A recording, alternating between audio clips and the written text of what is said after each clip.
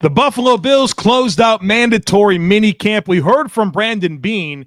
And which former Bills players can we compare to the most recent draft class? We're doing all that here for you today on Locked On Bills.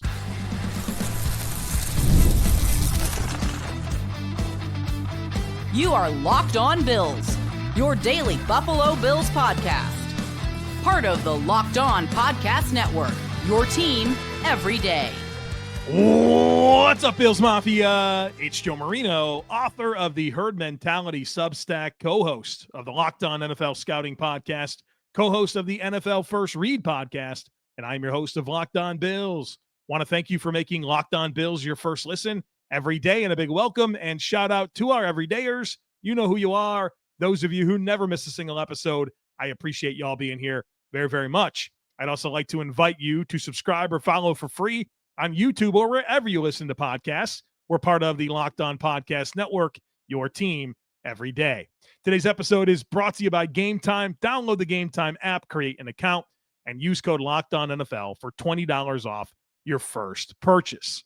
Well, folks, welcome in. Want to spend a little time here to open up today's episode by recapping some of the big comments by Brandon Beane after the Bills wrapped up mandatory minicamp. And then I've got a couple of segments of herd mentality for you where I'm going to take a couple of questions that were sent in, some interesting stuff to dive into, comparing this draft class to former Bills players, and some good questions about pass protection. So we'll do all that here today on Locked On Bills. The big news out of mandatory minicamp was getting an update on Maxwell Hairston, who at the end of the Wednesday practice had some type of leg injury, didn't finish, kind of concerned about that.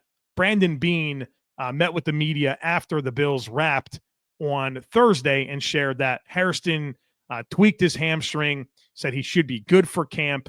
And he also said that all players who missed time during the OTAs and minicamp are expected to be ready to go for training camp, full go, and really reiterated that they are not asking guys to play through things. If there's any little, tweaks or ailments, gonna get on top of it now and make sure that guys are ready to go for training camp. And so that extends to Joey Bosa. There's been some good video out of Joey Bosa running sprints with resistance. Probably not a big deal with his calf if he's doing that type of stuff. So, there's been some bumps and bruises for sure. Nothing serious, and it sounds like the Bills will be full go for training camp. Daquan Jones, Bills starting defensive tackle, did miss the Thursday session, but he was excused for a personal matter. All right, digging into Brandon Beane's comments, of course, he was asked about James Cook. He said, our interactions have been good throughout. He hasn't been here, so people draw their own conclusions. He's a pro, and of course, he wants to take care of himself. Said the relationship has been good, and he'll be ready to go in Rochester for training camp. Has not been informed otherwise that he plans to not be there or to hold in. He said he believes that he will be ready to go, whether there is a deal or not. All right, I don't want to talk more about James Cook. If you want to hear more about James Cook, we did another 15 minutes on it for Bill's Squad, which dropped on Thursday afternoon. Brandon Beane was asked about Dwayne Carter. Bill's third-round pick last year, got a lot of playing time early, wrist injury, came back, really didn't do much the rest of the way. Brandon Beane said he's come back this season with a purpose, said he's been in the facility a lot this offseason, is aware of what he needs to do, and then really complimented his versatility to play either the one technique spot, which is your nose tackle like Daquan Jones, or your three technique spot, which is the Ed Oliver type penetration style player. And so I'm interested to see how Dwayne Carter factors in this year. That entire group of Dwayne Carter, TJ Sanders, Deion Walker behind Jones and Oliver, those guys are going to play a lot through the first 6 weeks of the season with Larry Ogunjobi suspended. I'm very interested in seeing what that looks like when Ogunjobi comes back, because I think he will come in and be a part of this mix. And then somebody's going to be the odd man out. And not that they'll be released. I don't think that'll happen at all. But somebody's not going to be a part of the rotation. The Bills will not go six deep with their defensive tackle rotation. I think they ideally like it to be a four-man group. And they'll probably go to five because they have some young players. So big opportunity for Dwayne Carter, and I think praising the versatility is a good sign that they feel like he can help in multiple spots. Beane was asked about Keon Coleman, said he's been focused and dialed in, has taken the criticism well. He's worked hard and been in the facility, and complimented how him and Josh Allen are developing together. And Keon's been a big story once again this offseason. I think he's had a good offseason. I've loved the way he's talked about the things that happened as a rookie, and sounds like he's got a great attitude. And we talked about him on Bill's Squad. I talked about him on the Thursday Locked On Bills, so you kind of know where I'm at. But I wanted to add Brandon Beane's comments on Keon Coleman. Beane was asked about the backup quarterback situation, and he said Mitch Trubisky knows he has to earn his job and show that he's the right guy. Said Mike White has played a lot of meaningful snaps. When they signed him last year, he thought he might get plucked off their practice squad. He didn't, and they told him to come back this season ready to compete. And so it's a kind of an interesting storyline. I think this is the most meaningful QB2 battle the Bills have had yet with Josh Allen at quarterback. I think we have a legit competition here, and it's something to pay attention to. I certainly will be. Preseason games will matter. Training camp practices will matter, but Josh Allen's the dude, but there's a legitimate wide open battle between two guys behind him, and I'm curious to see how it's going to play out.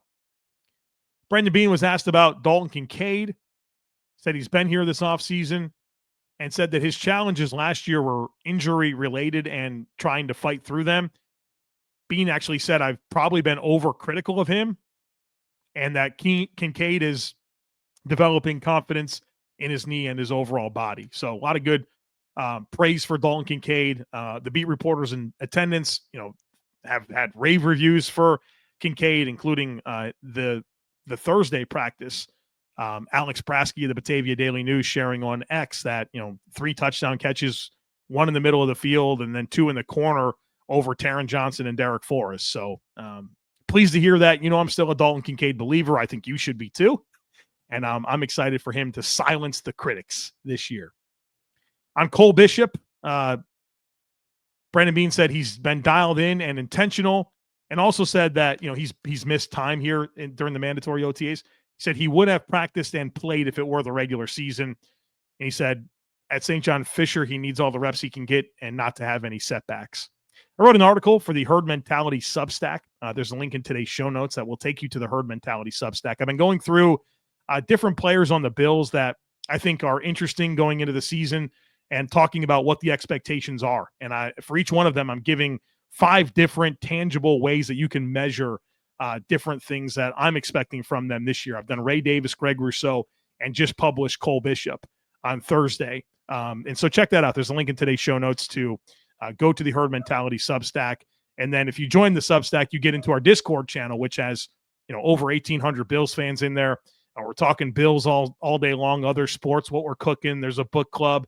I do a Wednesday night hangout every single week in the Discord where we get in there and we do all kinds of stuff. We might do some football one-on-one stuff where I break down different components of the game. We might do a Bills rewatch together.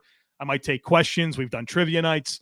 So come be part of what's going on in the Herd Mentality Discord channel, which you get to through a Substack subscription. There's a link in today's show notes to be part of that. But I'm excited for Cole Bishop, and I think there's a lot of reasons to be optimistic about him this season based on the context of his rookie year and the pedigree here. The Bills with a big investment in Cole Bishop, a second rounder. And I'm curious to see how this comes together this year, where it feels like there's a lot more commentary about his comfort right now in this defense.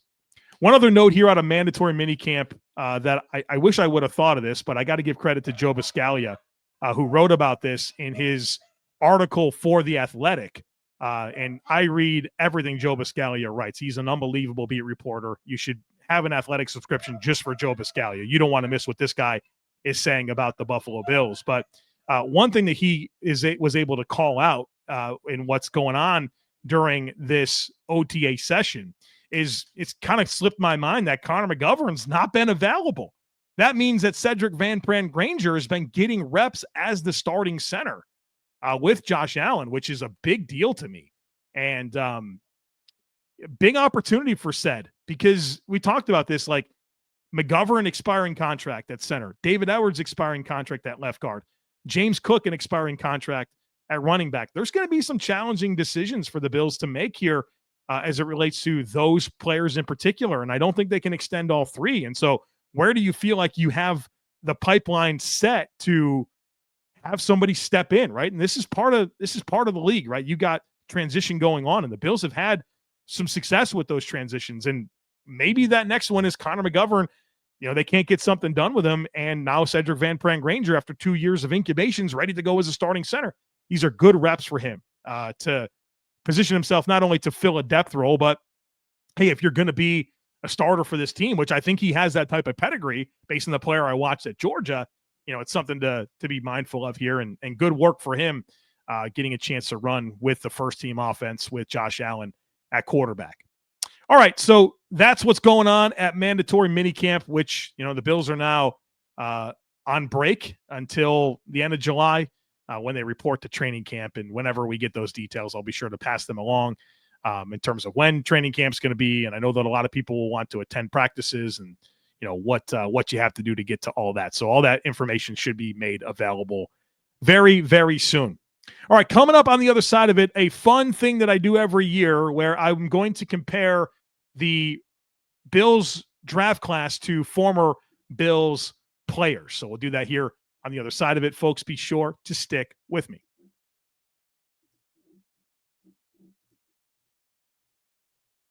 There's nothing like the NBA playoffs, the intensity, the buzzer beaters, the fans losing their minds. It's a kind of atmosphere you must experience live, and this year's playoffs are delivering. If you want in, Gametime makes it fast and easy to get seats, even for the biggest playoff games. Prices on the app actually drop closer to the tip-off, and with killer last-minute deals, panoramic seat views, and no surprise fees, Gametime is a total game changer. I love that when I buy tickets on Gametime, I can see my exact view from my seat before I buy, so there's no surprises. And look, Gametime makes scoring NFL tickets just as easy. And with Gametime Guarantee, your tickets are 100% authentic, will arrive on time, and you'll always get the best price with fees included. So what you see is what you pay. If you've never used Gametime to grab NFL seats, now's the time. It's seriously a game day upgrade.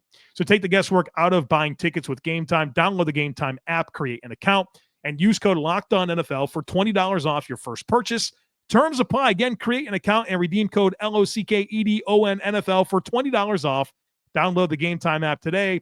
Last minute tickets, lowest price guaranteed.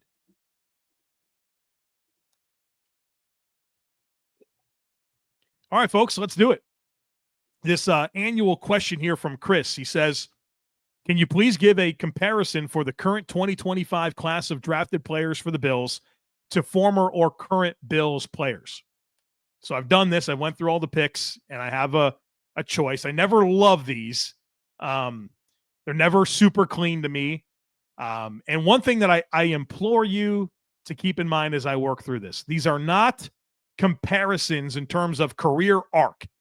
You know, the career that this player had will mirror the career of that player. I'm talking stylistic, the way they played the game, right? That's what you've got to take away.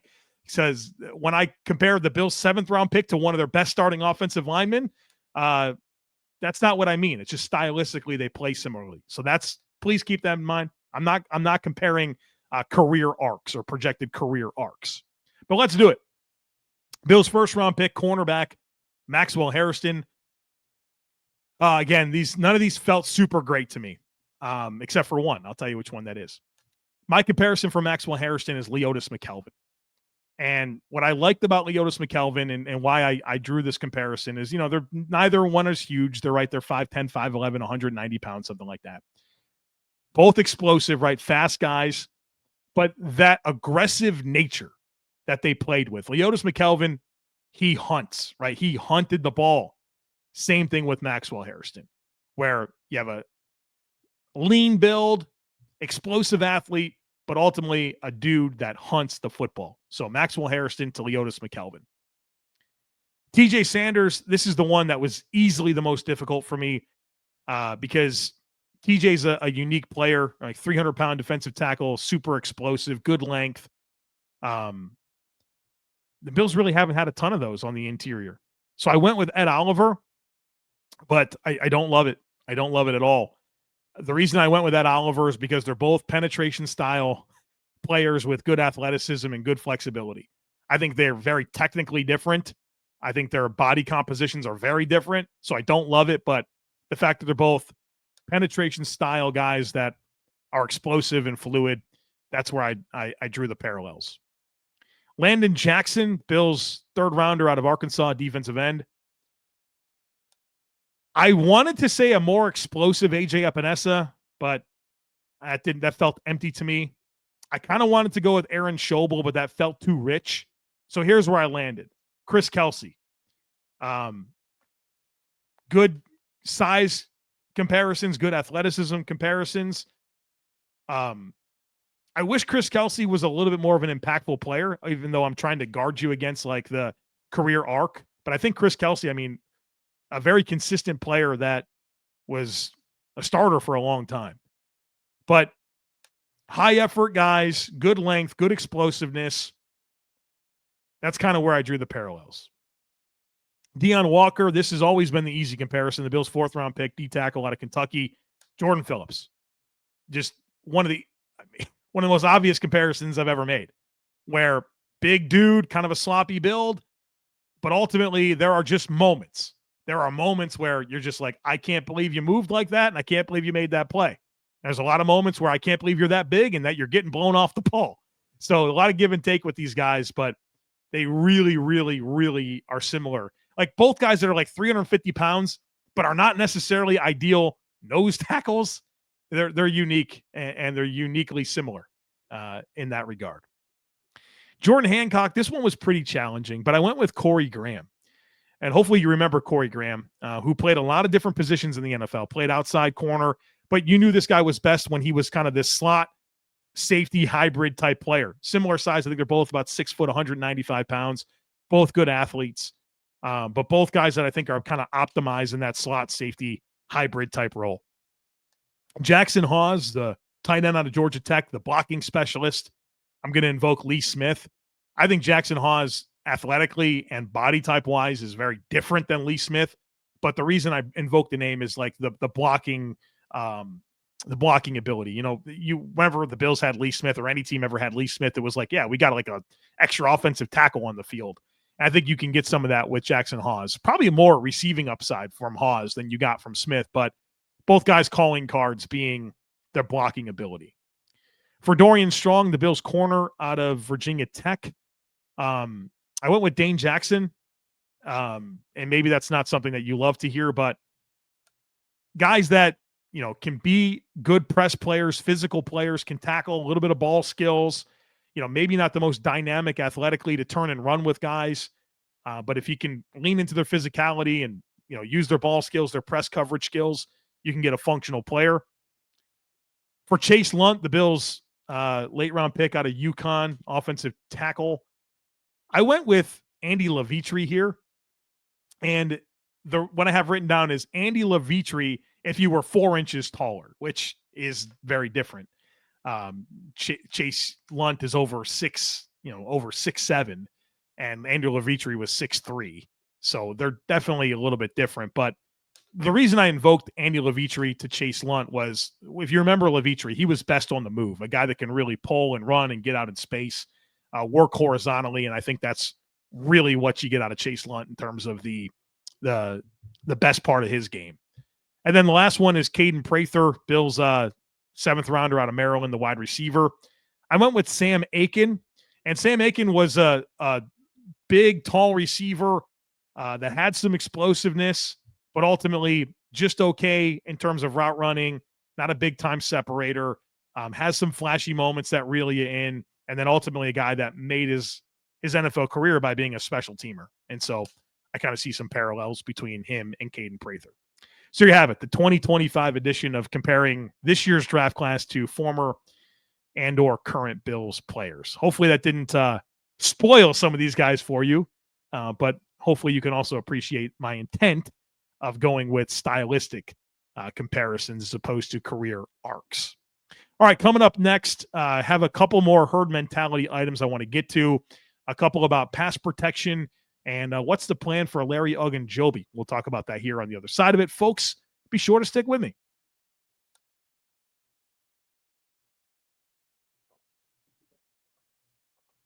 All right, let's do it. A few more herd mentality items to get to here today.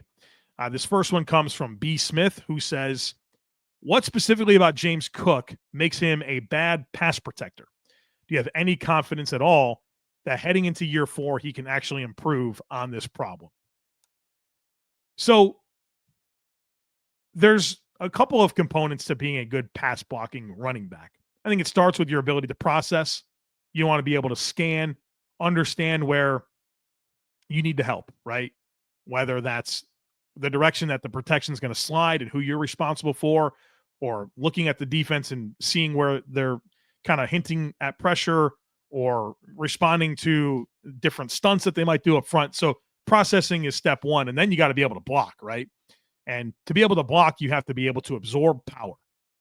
You got 300-pound defensive linemen. You've got 250-pound edge rushers, 230-pound linebackers, maybe a safety that's blitzing, a 205-pound safety. You have to be able to absorb speed to power, guys that are coming and want to play through you. So you have to be able to anchor, right? Leverage your hips, anchor, and hold your ground. I don't think James Cook doesn't have the processing piece down. I think he's probably okay at that. What works against James Cook in pass protection is his body composition. He's tall and lean. He's 5'11", 190, maybe 195 pounds. So that is a tall, narrow build. It's not a very dense build, right? You contrast that to a guy like, we'll just say Ray Davis, who's 5'9", 220 pounds. There's a lot more density to his frame. And so your ability to anchor, right, and to be able to absorb the power that's coming to you is better when you have a dense build with a lower center of gravity, as opposed to, hey, you're tall and narrow. So I think it's a bit of a body composition challenge for James Cook to be sturdy, right? To take on, hey, Leo Chenal's coming, he wants to run you over. Well, it'd be nice if you had a little bit more of a compact frame to be able to leverage your hips and take on that power. So that's what it really comes down to. I think his body composition really kind of works against him in pass protection. Charlie says, you mentioned that the Bills offense allowed a lot of interior pressure when discussing play action rates. How does that impact the contract decisions across the interior offensive line? So let's get into this a little bit. The Bills, or Josh Allen last year, was the 18th most pressured quarterback in the NFL.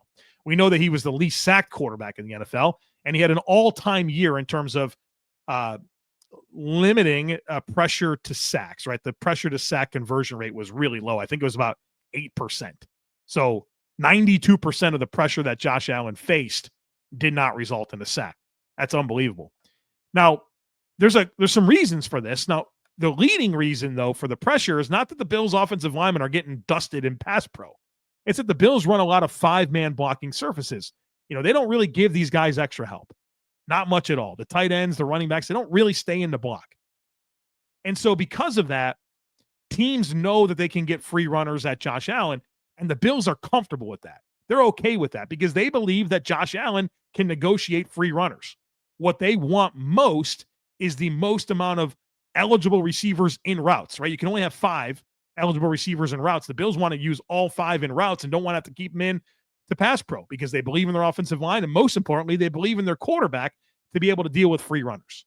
So let's acknowledge that first. It's not like these guys are getting dusted sometimes, right? But that's football, right? You're going to have wins and losses. So we've established that. But so the Bills overwhelmingly use 5-man blocking surfaces to maximize the eligible receivers and believe that Josh Allen can handle free runners.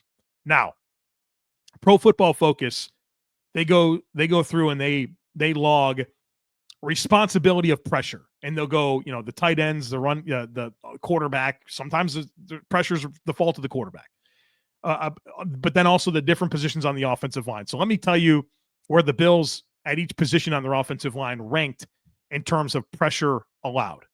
So at left tackle, and this is out of 32. So at left tackle, 29 out of 32. So that's awesome, right? At right tackle, 31 out of 32. So not much pressure coming through those tackles. Dawkins and Brown are awesome. Not the same on the interior. The Bills gave up the 15th most pressure at left guard, the 5th most pressure at center, the 2nd most pressure at right guard. Now, some of that is sometimes these guys get beat, but a lot of times it's defenses understanding that they're going to have opportunities here because the Bills are only going to block with 5 to get some runners at Josh Allen, and they want that pressure in his face. So that's really what that mostly comes down to. I don't know that I let this influence the contract piece, which was the root of the question. Like, how does this impact the contract piece? I think isolating those individual players and understanding how good they are is what's most important, right? And what their upside is and like what's their future production going to be. That's why you would pay a contract extension. I'm not going to, the right guard thing at 26%, number 2 in the league, that's notable for sure. But that doesn't tell me that O'Cyrus Torrence is a bad football player. I think pass pro is probably the weaker part of his game, but he's not bad at it. He has some challenges moving laterally. This is more about structure of the offense. And so if you're comfortable with what these players give you at those spots and you're comfortable with the valuation, I think that's you do the contract or not based on that. I think that's the most important detail. So hopefully that information was helpful in kind of sorting that out. The next one comes from Michael, who says, for the past few months, pretty much the only story on Larry Ogunjobi has been that he's suspended for 6 games. Now that the draft editions of Sanders and Walker are here, where does Ogunjobi fit within this year's defensive tackle room? I think that Larry Ogunjobi is going to play out, not play out his suspension. He's going to serve his suspension, and then I think he's going to be part of this mix. The Bills gave him a 1-year, $6.7 million contract, with 5.4 of that guaranteed, and there's 3 void years tacked on to the end of this. The Bills are going to have to pay a little over $3 million in cap space in 2026 so that they can have Larry Ogunjobi for 2025 for the 11 games that he'll be available for. Larry Ogunjobi is going to play. That's what that means. And like I said earlier in today's episode, between Carter, Walker, and Sanders, I hope they're all awesome. One of them will probably not be as good as you want them to be. And that will be the player that is going to be an inactive player, and Larry Ogunjobi will take their spot in the rotation. And I think Larry Ogunjobi can play every bit of 40% of the snaps for this defense. I kind of expect that, high 30s at least. That's my expectation when he's back. So it's complicated, and I think finding the roster spot is where it could be really tricky. Maybe somebody will get injured and it works itself out, but are you going to roster? You're going to have 6 defensive tackles? Well, unless you release, which I don't think they will, or put on IR one of Oliver, Jones, Walker, Sanders, or Carter, well, when Ogunjobi comes back, you got to have 6. The Bills rostered 6 last year, so later in the season. A lot of possibilities, but point being, Larry Ogunjobi is going to have a spot on this defense, and really you have to look no further than the money that's coming to him and the commitment to him next year here, despite him not being on the team. That all tells the story of Larry Ogunjobi and the opportunity that he has to play in Buffalo. All right, folks, that's going to do it for us here today on the podcast. Thank you so much for being here. As always, I kindly ask that you share, subscribe, rate, and review. Have a great rest of your day. Go Bills, and I look forward to catching up with you again real soon.